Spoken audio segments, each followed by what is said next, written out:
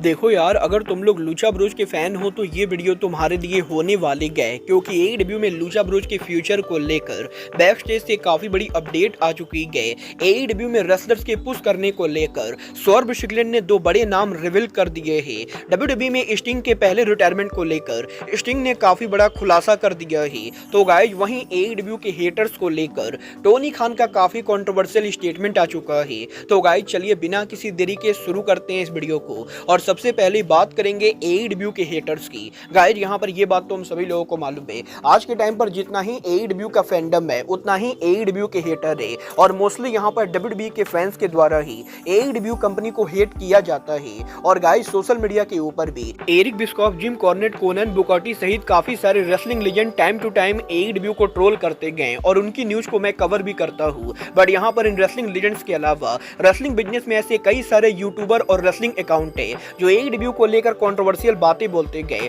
और क्योंकि मैं पर्सनली किसी भी दूसरे यूट्यूबर को लेकर किसी तरह की फालतू बात करना पसंद नहीं करता हूं, तो इसीलिए मैं कभी दूसरे की बात तो नहीं करता हूं। बट इस बार यहां पर क्योंकि टोनी खान इन्वॉल्व है, तो हम यहां पर एक यूट्यूबर को लेकर बात करेंगे। गाइस, यहां पर इस हफ्ते ट्विटर के ऊपर wrestling YouTuber JD from NY के द्वारा एईडब्ल्यू कंपनी को ट्रोल करने की कोशिश की जाती है। जब यहां पर एईडब्ल्यू का एक रेसलिंग फैन सोशल मीडिया के ऊपर डेनियल गार्सिया को अप्रिशिएट करने के लिए ट्वीट करता है और ये रेसलिंग फैन ये बोलता है कि गार्सिया के एईडब्ल्यू पर रिटर्न होने के बाद अब ये फैन ये देखने के लिए काफी एक्साइटेड है कि एईडब्ल्यू के अंदर गार्सिया आगे क्या करेंगे और एईडब्ल्यू के अंदर गार्सिया का फ्यूचर ब्राइट होगा। वाले इस रेसलिंग फैन के इस ट्वीट के बाद यूट्यूबर जेडी फ्रॉम एनवाई के द्वारा ट्वीट आता है, जहां पर वो इस रेसलिंग फैन को रिप्लाई करके ये कहते गए कि डेनियल गार्सिया का एईडब्ल्यू में कुछ भी नहीं होगा और एईडब्ल्यू कंपनी जिस तरह से काम कर रही है ये कंपनी जल्द यहां पर डाउन हो जाएगी और एईडब्ल्यू एक ट्रैश कंपनी गए। और जेडी फ्रॉम एनवाई के द्वारा एईडब्ल्यू की बुकिंग के साथ साथ काफी सारी चीजों को ट्रोल किया जाता है। और गाइस, यहाँ पर ये पहली बार नहीं गए जब जेडी फ्रॉम एनवाई ऐसी हरकत कर रहा है, क्योंकि ये बंदा टाइम टू टाइम पिछले एक साल से लगातार एईडब्ल्यू के खिलाफ काफी सारी फालतू बातें करते आ रहा है। बट इस बार जब इस बंदे ने एईडब्ल्यू के फैन को टारगेट करते हुए फैन के ओपिनियन को चेंज करने की कोशिश की, तो एईडब्ल्यू के ओनर टोनी खान के सामने से जेडी को रिप्लाई आता है, जहां पर टोनी खान ट्वीट करके ये बोलते गए कि अगर यहाँ पर जेडी को ये लगता है कि कोई फैन यहाँ पर एईडब्ल्यू को लेकर अपना ओपिनियन शेयर कर रहा है और वो फैन स्टूपिड है, तो टोनी खान को भी इनडायरेक्टली जेडी स्टूपिड लगते गए, क्योंकि जेडी भी पिछले एक साल से एईडब्ल्यू के खिलाफ काफी सारी फालतू बातें कर रहे गए। बट टोनी खान ने कभी भी सोशल मीडिया पर आकर जेडी को ये नहीं बोला कि उनकी बातें फालतू या स्टूपिड है, और इसीलिए जेडी का एईडब्ल्यू के फैन को ये बोलता कि उसे एईडब्ल्यू को नहीं देखना चाहिए। ये यहाँ पर एक बहुत ही गलत स्टेटमेंट है। वह टोनी खान के इस ट्वीट के बाद जेडी के द्वारा काफी सारे और भी फालतू ट्वीट आते गए जिनको लेकर मुझे बात करने में 0% इंटरेस्ट है। बट यहाँ पर इस पूरे ड्रामे के अंदर WCW लेजेंड डिस्को इन्फेर्नो का भी एक ट्वीट आता है, जहां पर डिस्को उनके ट्वीट के अंदर ये बोलते गए कि टोनी खान ने एक टाइम पर डिस्को इन्फेर्नो को इरेलेवेंट पैरासाइट बोला था, और जब यहाँ पर डिस्को ने एईडब्ल्यू को ट्रोल किया था तो टोनी खान ने यहाँ पर डिस्को को भी उल्टी सीधी बातें बोली थी। और बेसिकली यहाँ पर डिस्को सिंपैथी लेने के लिए टोनी खान को फालतू बातें बोलते गए, जिसके जवाब में टोनी खान का रिप्लाई तो नहीं आता है। बट एईडब्ल्यू के on screen manager Don Callis यहाँ पर डिस्को इन्फेर्नो को रिप्लाई करते गए और वो यहाँ पर ये बोलते गए कि ना कि सिर्फ डिस्को इन्फेर्नो रेसलिंग बिजनेस में एक पैरासाइट है, बल्कि वो यहाँ पर ब्लड सकिंग शूटेज भी गए। डिस्को इन्फेर्नो का रेसलिंग बिजनेस में होना अपने आप में ही एक बहुत ही खराब चीज है। और कुछ इस तरीके से डॉन केलिस के द्वारा टोनी खान को सपोर्ट करते हुए डिस्को इन्फेर्नो को और भी ज्यादा ट्रोल किया जाता है। वेल गाइस, ये तो बात ही एईडब्ल्यू के हेटर्स की। बट गाइस, चलिए फिलहाल आगे बढ़ते और बात करते हैं एईडब्ल्यू में सैमंथा की पॉसिबल डेब्यू की। गाइस, यहाँ पर ये बात तो मैं आपको ऑलरेडी बता चुका हूँ। आज यहाँ पर सैमंथा के डब्ल्यूडब्ल्यूई को क्विट करने के बाद से ही एईडब्ल्यू में उनके आने को लेकर लगातार रूमर चल रहे गए। बट अब यहाँ पर सैमंथा के फ्यूचर को लेकर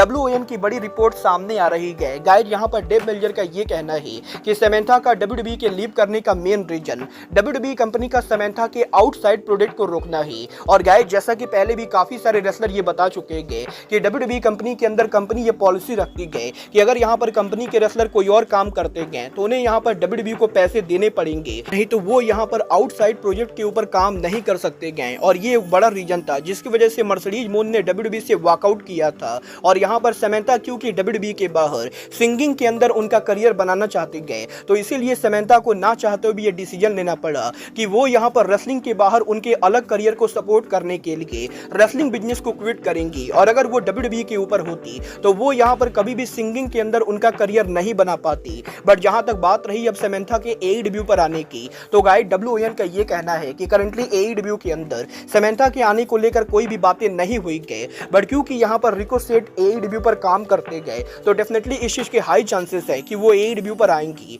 और पॉसिबली AEW के brand new TV show AEW shock wave के लिए समंथा को यहाँ पर रिंग अनाउंसर बनाया जा सकता है। वेल मुझे पर्सनली नहीं लगता है कि AEW को समंथा को साइन करना चाहिए। बट गाइस जहां तक बात रही WWE और AEW की, तो इस हफ्ते स्टिंग के लेटेस्ट इंटरव्यू के ऊपर स्टिंग ने जब AEW में उनके न्यू कॉन्ट्रैक्ट को लेकर खुलासा किया तो स्टिंग के इंटरव्यू के ऊपर उन्होंने WWE के ऊपर उनके रिटायरमेंट को लेकर बात की, जहां पर स्टिंग ने इस चीज को कंफर्म किया कि 2015 के अंदर ओरिजिनली जब WWE के अंदर स्टिंग और ट्रिपल एच के हुए मैच के बाद स्टिंग ने WWE और रेसलिंग बिजनेस से रिटायरमेंट लिया था, तो वो रिटायरमेंट स्टिंग यहाँ पर खुद ना लेकर बल्कि WWE के मैनेजमेंट के कहने के ऊपर लिए थे। स्टिंग का ये कहना है कि इनिशियली WWE के अंदर जब उन्होंने 2014 में रिटर्न किया था तो वो WWE के अंदर लंबे टाइम तक काम करना चाहते थे क्योंकि उनकी बॉडी उस समय काफी बढ़िया फंक्शन कर रही थी। बट विंस मैकमैन ने स्टिंग को जबरदस्ती बोला कि उन्हें यहाँ पर WWE के अंदर जल्द रिटायर होना चाहिए और विंस मैकमैन के जबरदस्ती बोलने की वजह से स्टिंग को ना चाहते हुए भी WWE के अंदर 2 मैचेज लड़ने के बाद रिटायरमेंट लेना पड़ा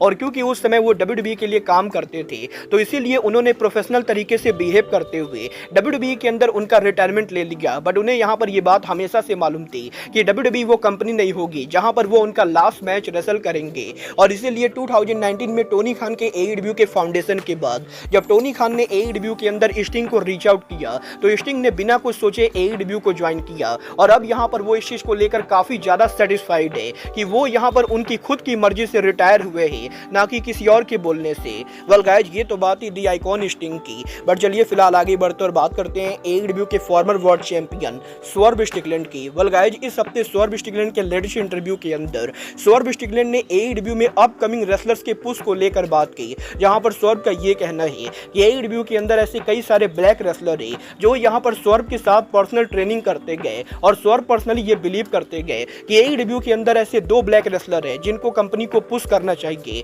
और ये दोनों और कोई नहीं बल्कि ली जॉनसन और EJ एंड्रूका है। और गाइस स्वर्व स्टिकलैंड का ये कहना है कि उन्हें यहाँ पर पर्सनली ऐसा लगता है कि EJ एंड्रूका और ली जॉनसन को AEW कंपनी अगर यहाँ पर सही तरीके से बुक करते गए तो ये दोनों आगे चलकर बड़े स्टार बन सकते गए और वो यहाँ पर डेफिनेटली ऑन स्क्रीन के ऊपर इन दोनों रेसलर्स के साथ काम करना चाहेंगे। वेल देखना दिलचस्प होगा कि टोनी खान ली जॉनसन और EJ एंड्रूका को पुश करते हैं या नहीं। बट गाइस चलिए फिलहाल आगे बढ़ते और बात करते हैं रेसलिंग बिजनेस के one of the best tag team the Lucha Bros की। गाइस यहाँ पर ये बात तो हम सभी लोगों को मालूम है, पिछले 3 महीने से लूजा ब्रोज को लेकर काफी सारी कंट्रोवर्शियल रिपोर्ट सामने आ रही है और जहां इनिशियली उनके WWE में जाने को न्यूज को कंफर्म माना जा रहा था, वहीं यहां पर अब ये कंफर्म हो चुका है कि टोनी खान ने रे फिनिश के कॉन्ट्रैक्ट को एक्सटेंड कर दिया है और अब यहां पर लूचा ब्रोज चाहकर भी WWE पर नहीं जा सकते गए और यहीं लूचा ब्रोज के AEW में कॉन्ट्रैक्ट के एक्सटेंड होने को लेकर डेव मेल्जर की लेटेस्ट रिपोर्ट सामने आ चुकी है। गाइस यहां पर मेल्जर ने ये कंफर्म कर दिया है